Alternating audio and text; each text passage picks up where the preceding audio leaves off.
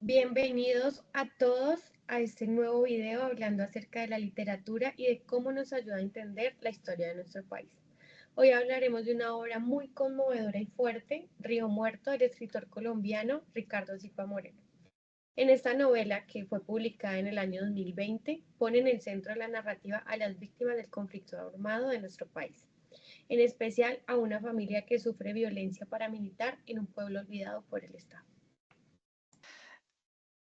Exploremos su contexto, los personajes que lo habitan, el modo en que se aborda la guerra y compartiremos las sensaciones que nos dejó esta lectura.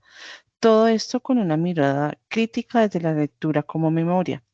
Ahora bien, el contexto en el que fue escrita la obra Río Muerto, Voces del Silencio y la Resistencia se enmarca en una Colombia marcada por el posconflicto.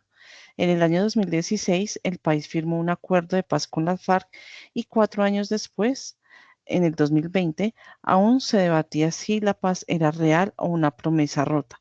Silvia Romero escribió esta novela inspirada en el testimonio real de un hombre que votó contra el acuerdo de paz en el plebiscito, convencido de que no debía perdonarse a los victimarios. Y es justamente esa tensión la que permea toda la obra.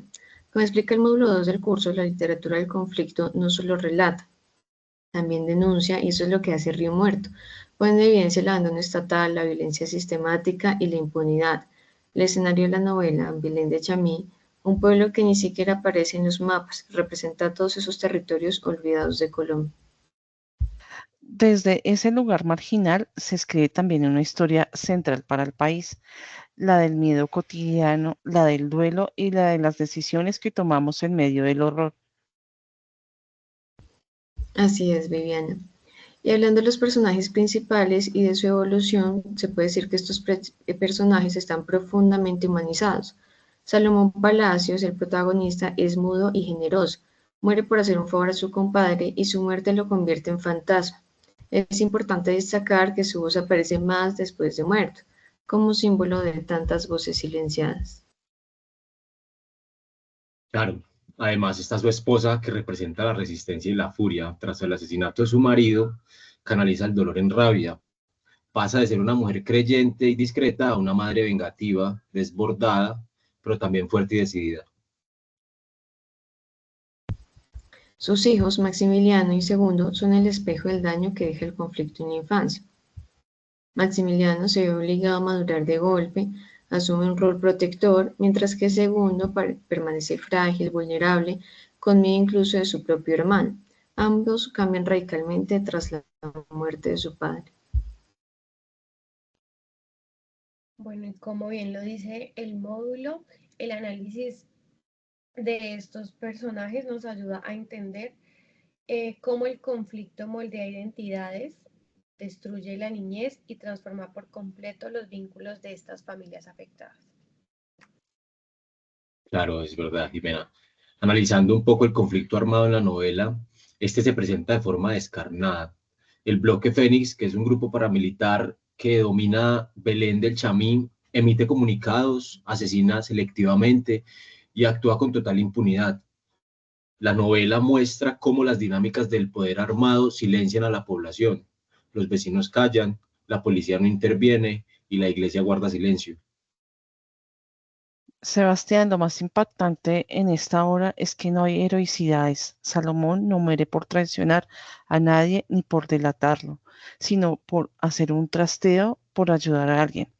Es la banalidad del horror, morir por vivir como siempre ha vivido.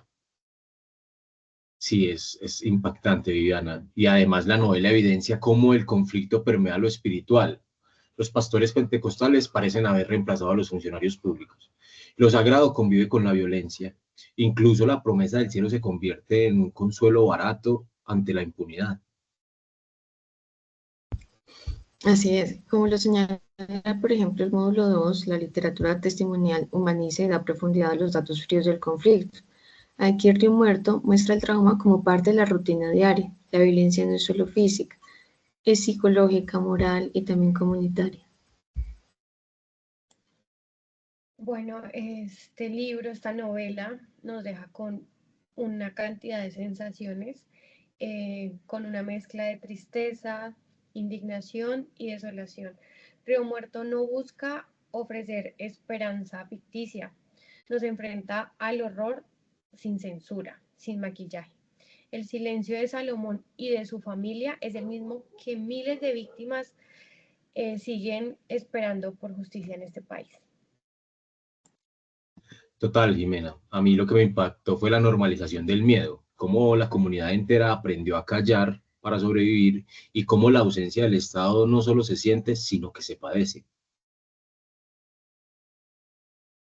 Yo sentí en esta historia que podría pasar y seguramente pasa en muchos pueblos de Colombia.